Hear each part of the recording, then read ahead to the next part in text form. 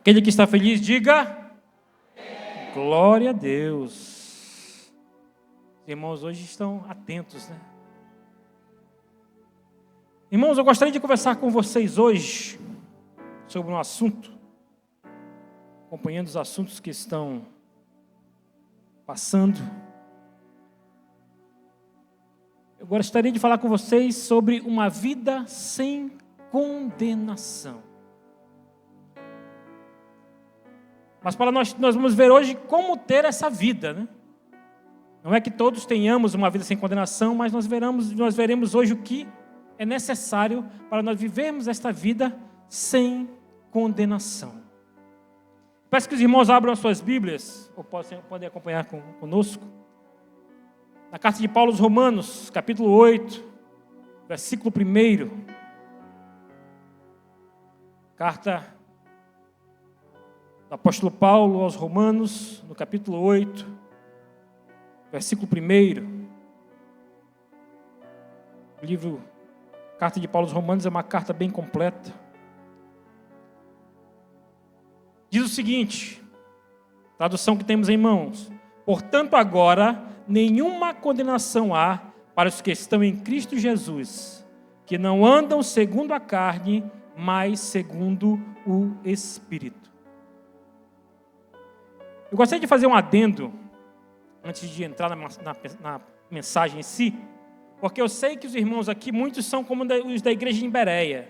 Então vou chegar em casa e vão pegar suas Bíblias e vão confirmar. Nós temos hoje algumas traduções, NVI, NTLH, que eles cortam essa segunda parte. Só está escrito, portanto, agora, nenhuma condenação há para os que estão em Cristo Jesus. Mas essa parte que não andam segundo a carne, mas segundo o Espírito, algumas traduções já não têm essa parte. Segundo eles, é por questões de terem encontrado manuscritos mais antigos, né? E esses manuscritos não terem, diz que se foi um adendo de algum copista que colocou, né? Temos as traduções lá mais antigas, que são as de Orígenes e Atanásio, que eram grandes copistas na época, que não colocaram nas suas cópias, mas eu gosto sempre de usar a tradução King James, a não atualizada, que a atualizada já tirou, mas a King James fiel, e a Almeida corrigida fiel, né? Que eles copiaram lá do Textus Receptus, né? Que é o manuscrito grego mais antigo.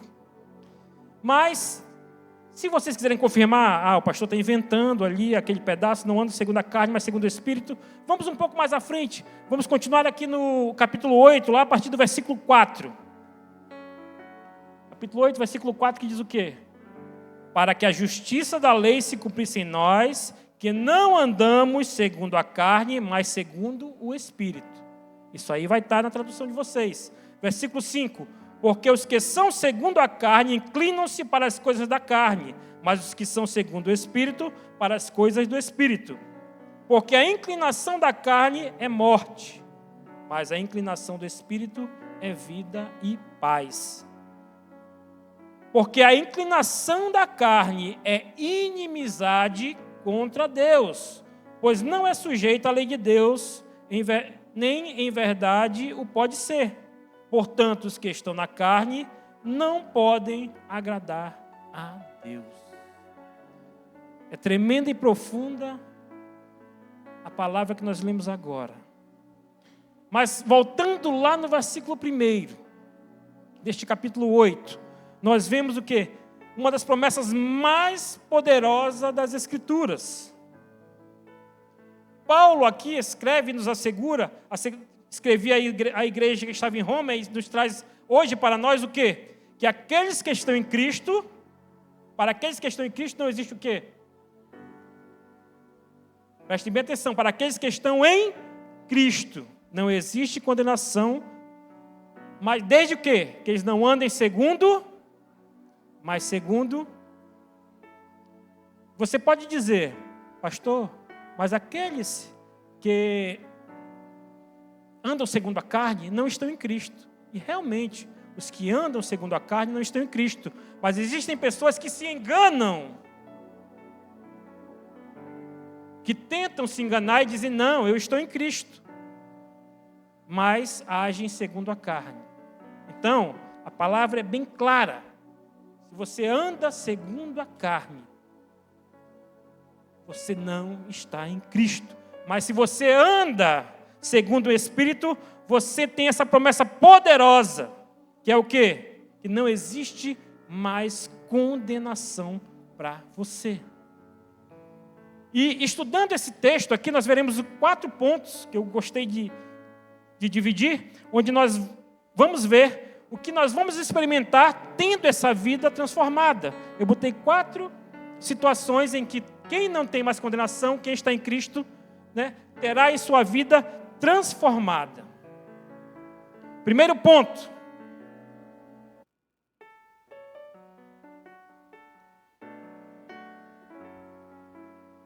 Acabou? Primeiro ponto, meus irmãos. Quem tem uma vida transformada está liberto da condenação.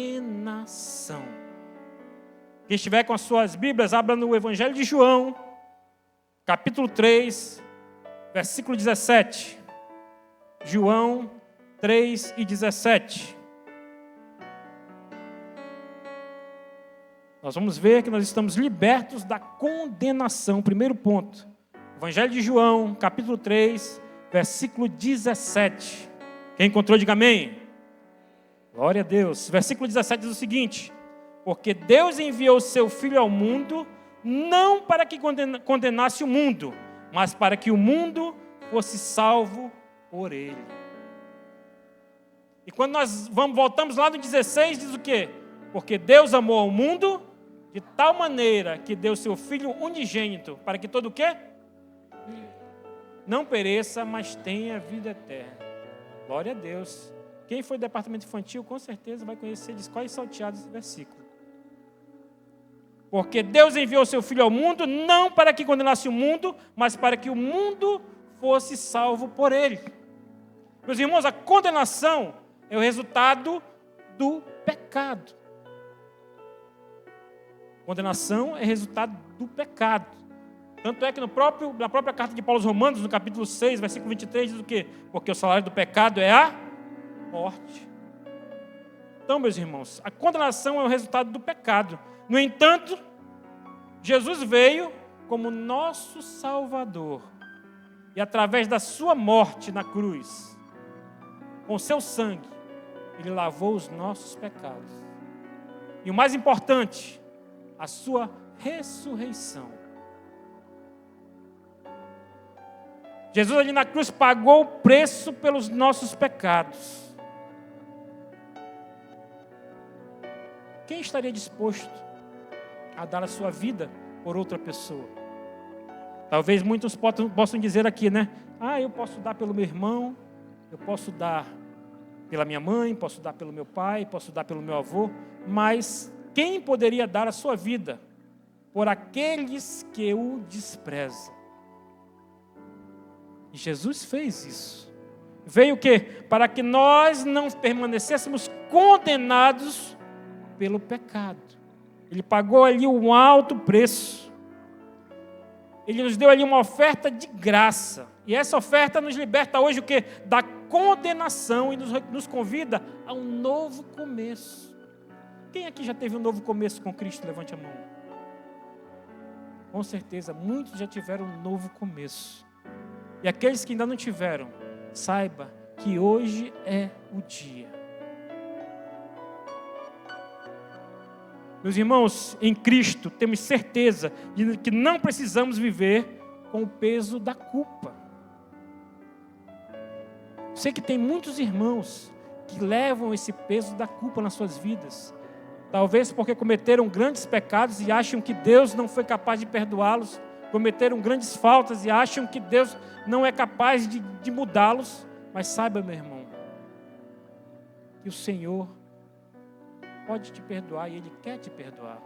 Mas para que Ele faça isso, o primeiro passo tem que ser seu. O Senhor, Ele quer te libertar da condenação do pecado. Por isso, Ele mandou seu Filho para morrer na cruz.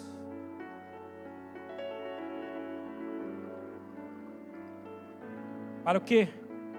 Para que não condenasse o mundo, mas para que fosse salvo por ele. Apesar de ter sido maltratado, de ter sido negado, de ter sido cuspido, mas ele não veio para condenar, mas ele veio o quê? Para que o mundo fosse salvo. Então, meu irmão, saiba que nada é maior do que o perdão que Cristo tem para a tua vida. Segundo ponto, meus irmãos, de quem tem uma vida mudada, é viver segundo o Espírito.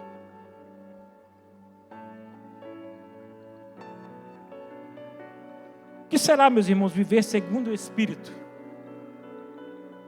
Vamos ver lá em Gálatas, capítulo 5, versículo 16, que diz o seguinte: digo, porém, andai em Espírito, e não cumprireis a concupiscência da carne. Quem anda no Espírito, não cumpre a concupiscência da carne, não cumpre os desejos da carne. Mas o que é andar no Espírito? Será que os irmãos têm noção do que é andar no Espírito? Talvez alguns pensem que andar no Espírito é o quê? É andar, não, pastor. Andar no Espírito é andar por cima das nuvens. Talvez esteja assistindo muito Dragon Ball Z, né? Ver o Goku voando naquela nuvenzinha. Não, andar no Espírito é quando a gente chega na igreja assim. Aqui na Comeve, graças a Deus, não existe pessoas assim, mas eu conheço pessoas que passam a semana toda maltratando a mulher, maltratando os filhos, no trabalho, não dá testemunho nenhum, e quando chega na igreja domingo, já entra na igreja. Amém, amém. Pode nem tocar nele, que se tocar vai passar pecado para a vida dele, né? Aí os irmãos dizem, não, esse aí está andando no Espírito. Tá não, meu irmão, andar no Espírito é tomar decisões guiadas pela vontade de Deus. Será que você tem tomado as suas decisões guiadas pela vontade de Deus? Ou você tem tomado decisões guiadas pela sua vontade? Isso nos traz uma grande reflexão. Será que nós temos agido conforme a vontade de Deus? Hoje eu estava conversando com o Josué, no início do culto. Cadê o Josué? Ali atrás, né? Acordado, né, Josué? Paulinho não vi hoje. O Josué falou que conheceu um pastor, que o ônibus fechou esse pastor numa avenida, e o pastor correu, fechou o ônibus. Não é o pastor Iaquim. O pastor que ele conheceu, e não é daqui da Comeve. Graças a Deus. E fechou o ônibus e desceu do ônibus e foi lá e xingou o motorista de tudo que não... Qual é o testemunho dessa pessoa? Já pensou, depois de um tempo, esse motorista vem, entra na igreja e vê esse pastor lá no púlpito pregando, vai dizer o quê? O que eu vou receber desse homem? Aí vai dizer, não, mas é um momento de raiva. Mas todo momento de raiva, você tem ali 5 segundos para você pensar e você procurar. Será que essa é a vontade de Deus, que eu ajo dessa forma? Não que eu diga que você algumas vezes não precisa se defender, não deve se defender, mas há maneiras e maneiras de se portar, maneiras e maneiras de agir.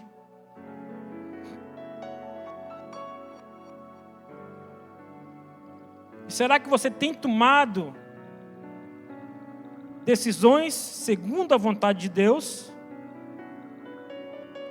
Meu irmão, a vida espiritual é uma vida de escolhas constantes. Não é fácil. Eu vi essa semana um podcast de um rapazinho que andava numa situação, e ele disse, e o entrevistador perguntou bem assim dele: Deus tirou os teus desejos? E ele respondeu, não tirou. Mas eu luto contra eles todos os dias. Todos os dias eu mato um leão. Por quê? Porque ele tem esperança o quê? No Senhor. Então, meus irmãos, viver no Espírito não quer dizer que nós não vamos passar por tentações, que nós não vamos passar por tribulações. Mas nós temos o quê? Nós temos que agir conforme a vontade do Senhor. Nós temos o quê? Que fazer as nossas escolhas. E nossas escolhas são feitas como? Segundo a vontade de Deus. Aí você pergunta assim, pastor, como é que eu vou saber qual é a vontade de Deus? Você está com o manual na sua mão aí. Está com o manual.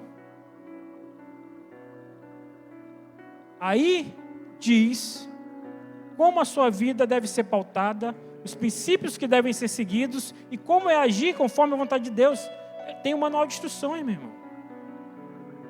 Agora, se você chega, bota aquela Bíblia zona grande embaixo do braço, domingo, vem para a igreja, aí chega em casa, depois do culto, bota em cima da estante, só vai procurar a Bíblia no próximo domingo, né? E às vezes a mulher está arrumando a casa, tira a Bíblia, bota em outro lugar e o cara fica desesperado. Cadê minha Bíblia? Cadê minha Bíblia? Estava aqui, né? Então, meus irmãos, este é o manual do crente, é a Bíblia. Ele tem que ser uma constante na sua vida. Tire um momento de intimidade com Deus para ler a palavra, para orar, para conversar com Ele, para que você possa ter o quê? Para que você possa viver segundo o Espírito. E se você andar segundo o Espírito, não é que as coisas da carne não vão aparecer, mas você não vai cumprir, você vai ter forças para suportar as tentações. E com isso, você vai ter o quê? Você vai ter a ausência da condenação na sua vida. Você vai ter o quê? Vida eterna.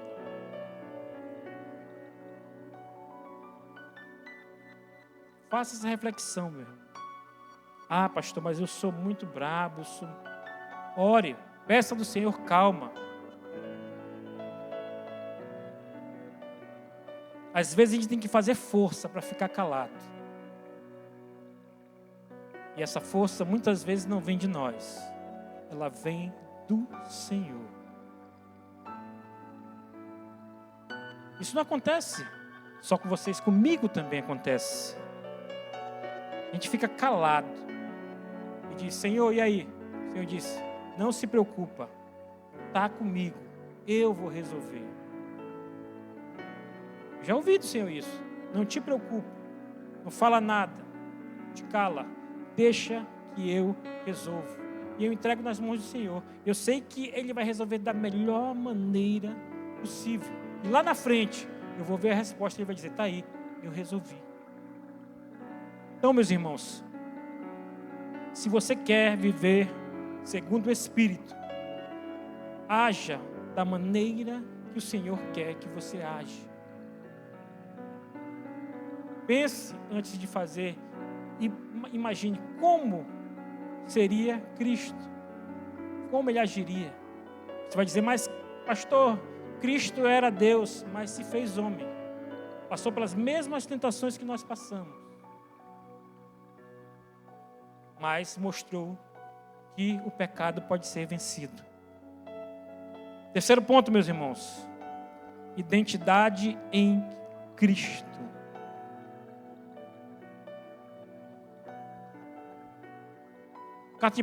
Segunda carta de Paulo aos Coríntios, capítulo 5, versículo 17, diz o seguinte: assim que se alguém está em Cristo, nova criatura é. As coisas velhas já passaram, eis que tudo se fez novo. Quando é que nós adquirimos essa nova identidade em Cristo? Quando nós aceitamos Ele como nosso único e suficiente Salvador. Eu vou fazer uma pergunta para vocês, meus irmãos, nessa noite. Quantos aqui vieram à igreja, algum dia, pode não ter sido na Comeb, pode ter sido em outra igreja, e ouviram a pregação, aquilo tocou no seu coração, e na hora que o pastor fez o apelo, o pregador fez o apelo, a pessoa levantou o braço, vou ver até a frente aqui, levante a mão. Você sabia que todo crente tem que fazer isso? Às vezes a gente nasce dentro da igreja, né? Nossos pais são crentes, ou então a gente chega na igreja e passa um tempo aqui e já começa a participar, mas o ato de levantar a mão, o ato de vir até a frente, quando é feito o apelo, ele é uma profissão de fé. Você pode dizer assim, pastor, mas eu só ouço falar isso em outras igrejas, profissão de fé. Não, é profissão de fé. Porque o que é uma profissão de fé? É uma declaração pública de que você está entregando a sua vida para Cristo. Eu me lembro muito bem, talvez muitos não tinham nem nascido, nem pensavam em nascer, mas eu me lembro da minha conversão no dia 6 de julho de 1986. Domingo. Antes, acho que foi o Eliel está balançando até a cabeça, não era nem nascido nessa época. O Eliel era, que eu me lembro dele. Durante a semana tinha tido a escola bíblica de férias e a professora, grande maioria ali era crente, mas tinham pessoas também, crianças da comunidade, e ela fez ali uma explicação do que era salvação, fez um pequeno apelo e eu levantei meu braço. Filho de crente, neto de crente, sobrinho de crente. Levantei meu braço. Me lembro, professora Cimeia, ainda me lembro o nome dela.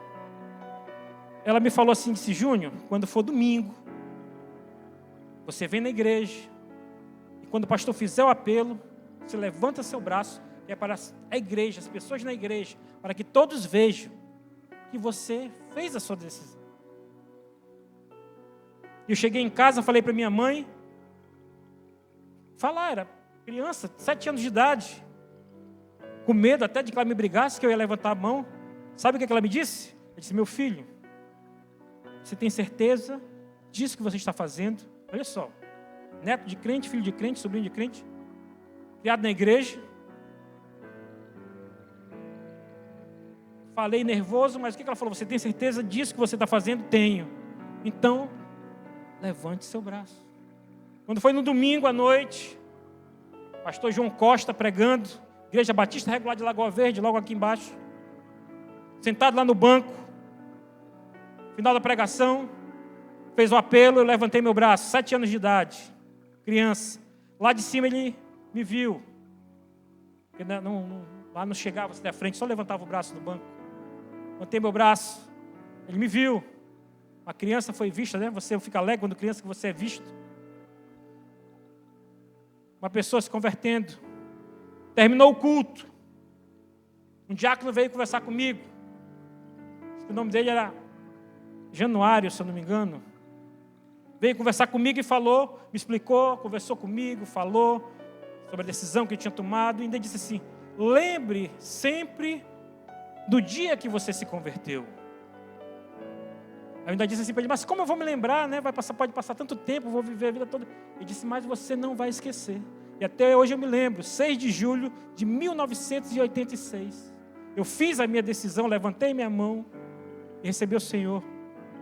Apesar de depois disso, ter algumas vezes deslizado, ter andado longe do caminho, mas hoje, devido àquela decisão, feita lá quando eu tinha 7 anos, eu estou aqui hoje para trazer a palavra de Deus, para estar junto com os irmãos, congregando, para estar recebendo a salvação de Cristo.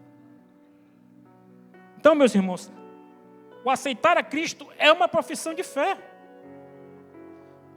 Você confessar Jesus é uma condição para ter um relacionamento com Deus.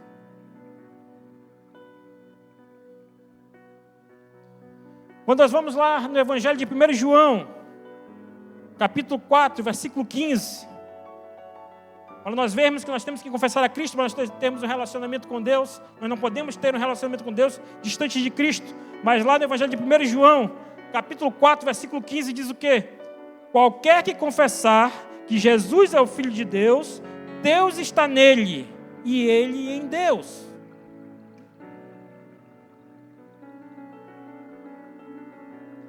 Meus irmãos, quando nós aceitamos Jesus como nosso único e suficiente Salvador, a nossa identidade muda. Nós deixamos de ser condenados pelos nossos pecados e nos tornamos o quê? Uma nova criatura. Quantos aqui são nova criatura? Levante a mão. Dê um glória a Deus bem alto. Meus irmãos, você aceita Cristo, você se torna uma nova criatura. Sei que alguns podem até estar dizendo assim: pastor, está com religiosidade, está com costume. Eu posso aceitar Jesus dentro da minha casa. Mas por que você quer ser um crente agente secreto? Não, só o Senhor precisa saber. Não, todos precisam saber que você segue a Cristo.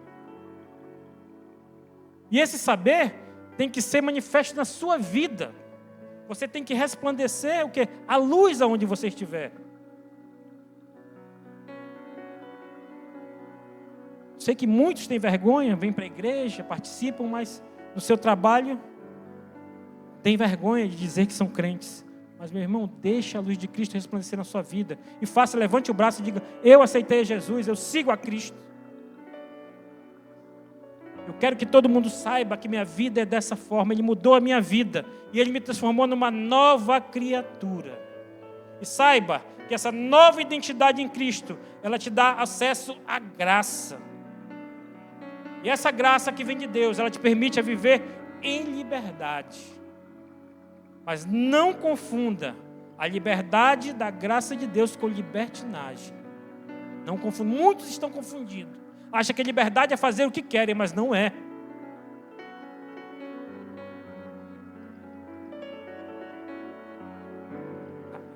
A graça e a liberdade que nós temos é a liberdade do pecado. A esperança de termos é o que? De estarmos em Cristo. E tem um hino muito bonito que diz o quê? Nossa esperança é sua vinda. Quem é da Assembleia de Deus conhece bem. Nossa esperança é sua vinda. E essa é a esperança do crente, a volta do Senhor. Desde aquela época que ele subiu aos céus, já se esperava a volta dele. E a cada dia que passa, as coisas estão se cumprindo, as promessas estão se cumprindo. E a cada dia que passa, se torna o quê? Mais próxima a vinda de Cristo. Será que nós estamos preparados para isso? Será que nós estamos preparados para a volta dele? Faça essa reflexão, irmão. Hoje é dia de concerto. Você está sentado aí não é por acaso, mas é porque o Espírito Santo te trouxe aqui. Porque Ele quer o quê? Ele quer que cada um de nós nos encontremos no céu. Já pensou? Se agora num piscar de olhos, a igreja toda sumisse? Provavelmente ficariam alguns, já pensou aqueles alguns que ficariam aqui, ficariam sentados, olhando um para os outros? Aí no próximo domingo iam estar aqui, tentando se reunir novamente, né? Tem os que estão rindo ali. Se eu não sou um desses não, né? Às vezes eu brinco com a minha esposa e digo: a pessoa, você acordar de manhã, eu estou aqui, só a minha roupa aqui do seu lado, né? Eu, os meninos. Aí eu disse que a pessoa desesperada ligando para a Eliane desesperada também dizendo que o Sidney sumiu, né?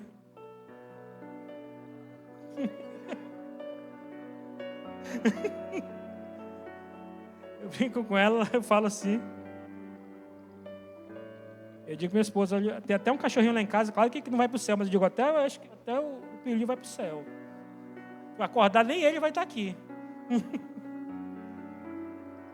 Aí ligando para a Eliane, ligando para a Tati, a Adriana, todos chorando, se abraçando.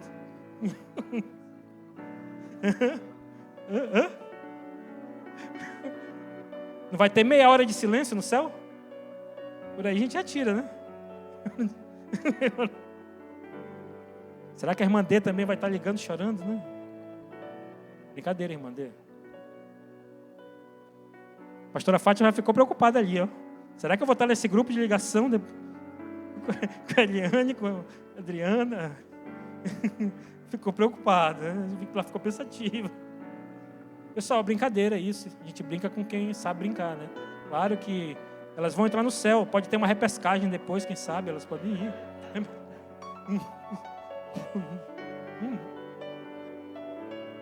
Não quer dizer que elas vão ficar, né? Não vão ter salvação. Pode se converterem depois, não sei, né? O Senhor que sabe. Então, meus irmãos, quando você se torna uma nova criatura, saiba de uma coisa: o passado não define mais quem você é. Você passa a ser definido por quem você é, agora nesse momento, com Cristo. Estou vendo que tem várias mulheres que estão com medo. Acordarem de manhã hoje, está só a roupa do marido lá arrumada do lado. Quem é solteiro, talvez vai demorar mais tempo para saber que Jesus voltou, né? Então, meus irmãos, a partir do momento que você se torna uma nova criatura, você não é mais definido pelo seu passado, mas você passa a ser definido o quê? Pelo seu agora com Cristo. Um grande problema que o homem tem é de olhar para o passado do outro. O outro cometeu erros no passado, e principalmente erros. Você sempre vai ser lembrado pelos seus erros. Dificilmente você é lembrado pelos seus acertos. Mas se você errava, todo mundo lembra. Ah, esse daí era assim, esse daí era desse jeito, esse daí era assado.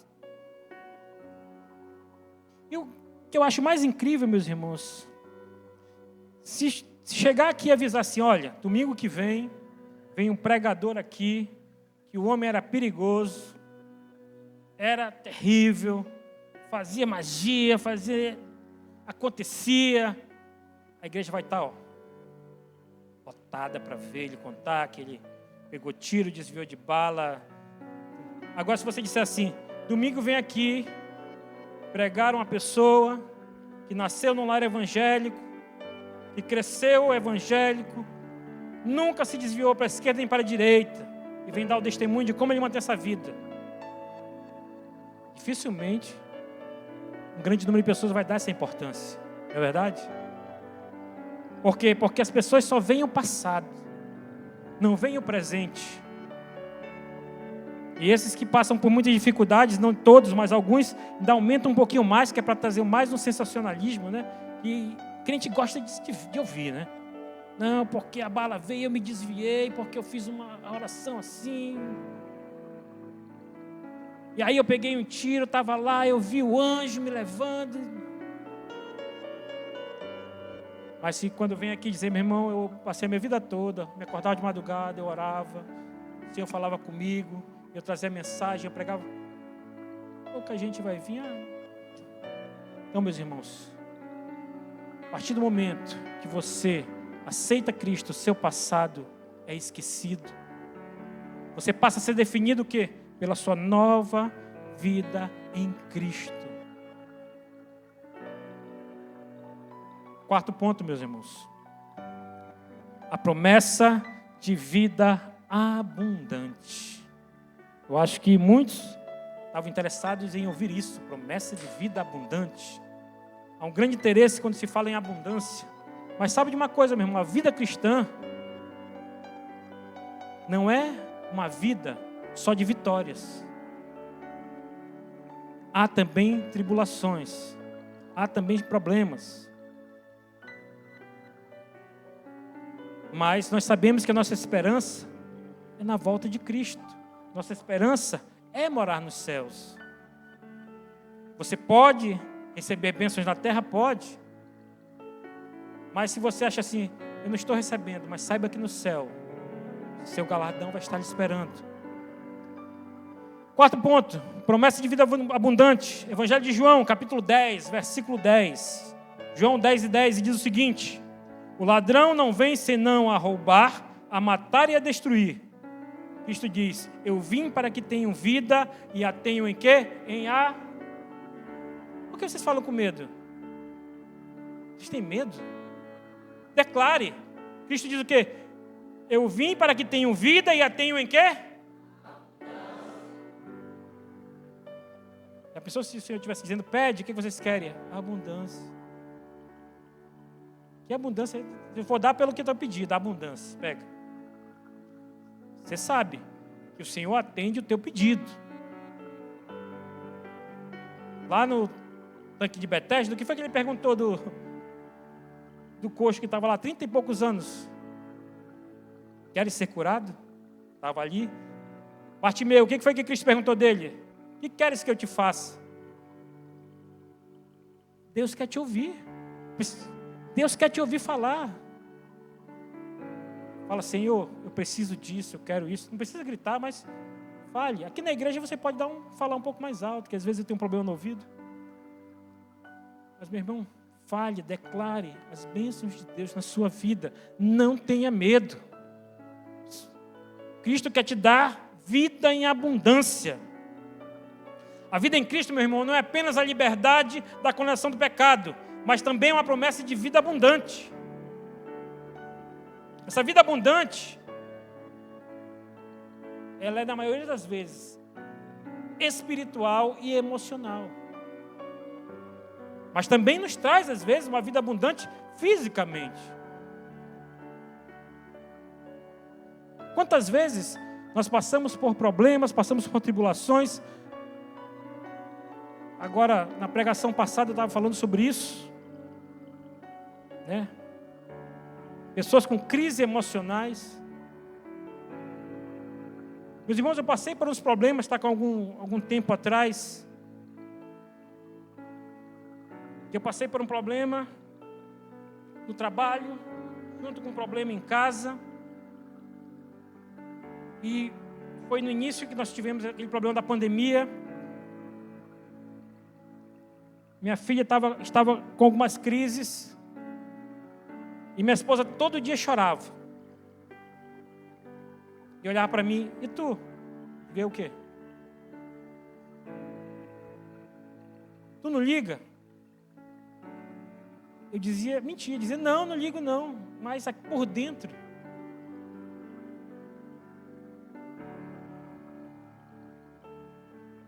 E eu fui para os pés do Senhor.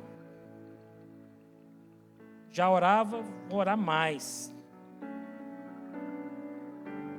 Naquele tempo eu tinha um horário de orar e eu era teimoso e eu dizia, não, só vou orar naquele horário X, de madrugada, 5 horas, eu sempre me acordava. Eu digo, não, se você me acordar antes eu não vou, eu vou só 5 horas. Aí veio esse problema, aí sim, a hora que eu me acordava, 3, 2h30 eu ia orar, né? Eu digo, essa aqui, preciso vir um problema para poder. Eu era teimoso, eu dizia, não me acorda antes que eu não vou, só vou 5 horas. E eu fui para os pés do Senhor e disse, Senhor, aí eu sozinho, porque você que é marido, você que vai casar, saiba de uma coisa. A mulher, ela é mais sentimental. E ela vê no marido uma segurança. Agora, se ela está desesperada e ver você mais desesperado aí, meu amigo, tá difícil, né? Então você às vezes tem que se fingir de forte. Não, problema, não estou nem ligando. Isso aí eu tiro com chute assim. Ela olhava para mim e pensava, mas está muito insensível, não está vendo as coisas acontecendo? Não estou vendo não. Mas eu sabia o que eu estava passando, o que meu coração estava doendo. E eu me entregava aos pés do Senhor e eu orava e dizia, Senhor,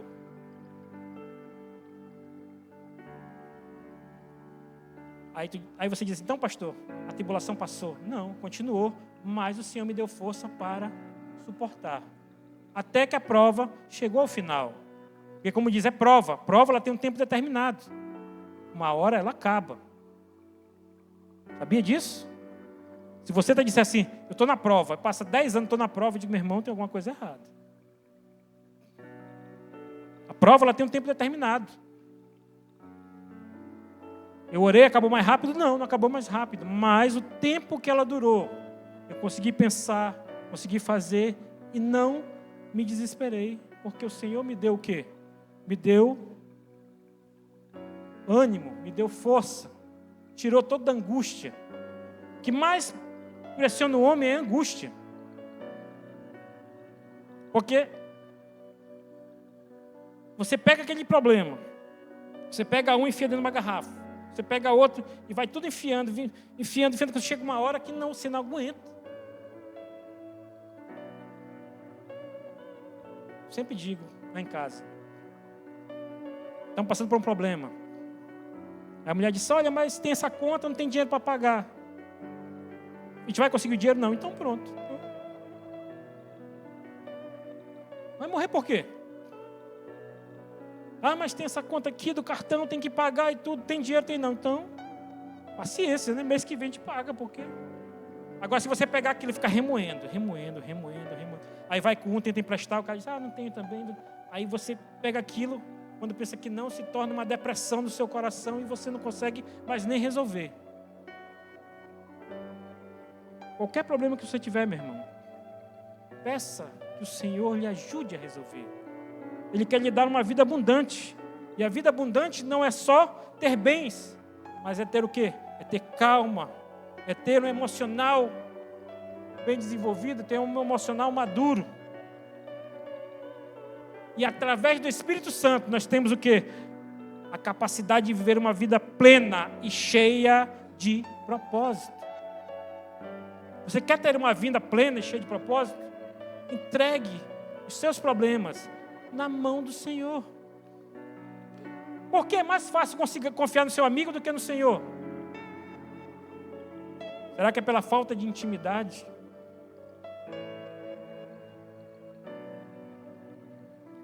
Existem coisas que o homem não fala nem para a esposa, mas ele fala para Deus. Existem coisas que a esposa não fala para o marido, mas fala para Deus. Mas para que você chegue a esse ponto, você tem que ter intimidade. Você tem buscado intimidade com Deus? Saiba que se você tiver intimidade com Ele, Ele tem uma promessa de vida abundante para a tua vida.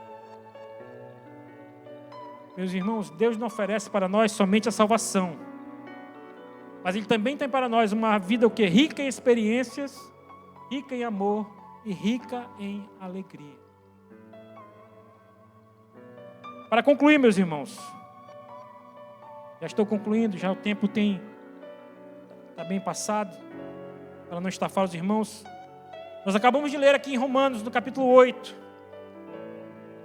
uma das verdades mais libertadoras do Evangelho. Não há condenação para aqueles que estão em Cristo Jesus. Meus irmãos, que nós possamos viver na plenitude dessa verdade, buscando o quê? Andar segundo o Espírito, abraçando a nossa nova identidade. Hoje, se ainda você não fez essa escolha, o convite de Jesus está aberto. Se você quer experimentar essa liberdade, quer experimentar essa vida abundante, vem até aqui à frente que eu quero orar com você nessa noite. Saiba que o Senhor quer falar contigo. O Senhor quer tocar a sua vida. Quer te dar esse andar no Espírito. Quer fazer com que você tenha uma nova identidade. Se tiver alguém nessa noite e quiser receber o Senhor como seu único e suficiente Salvador, pode vir até aqui à frente que eu quero orar por você. Eu não vou demorar muito, nem vou insistir, porque a salvação não tem que ser barganhada. A salvação tem que ser aceita de livre e espontânea vontade. Então, nessa noite, que a palavra pregada possa ter carinho em terra fértil e venha prosperar e venha florescer em nome de Jesus.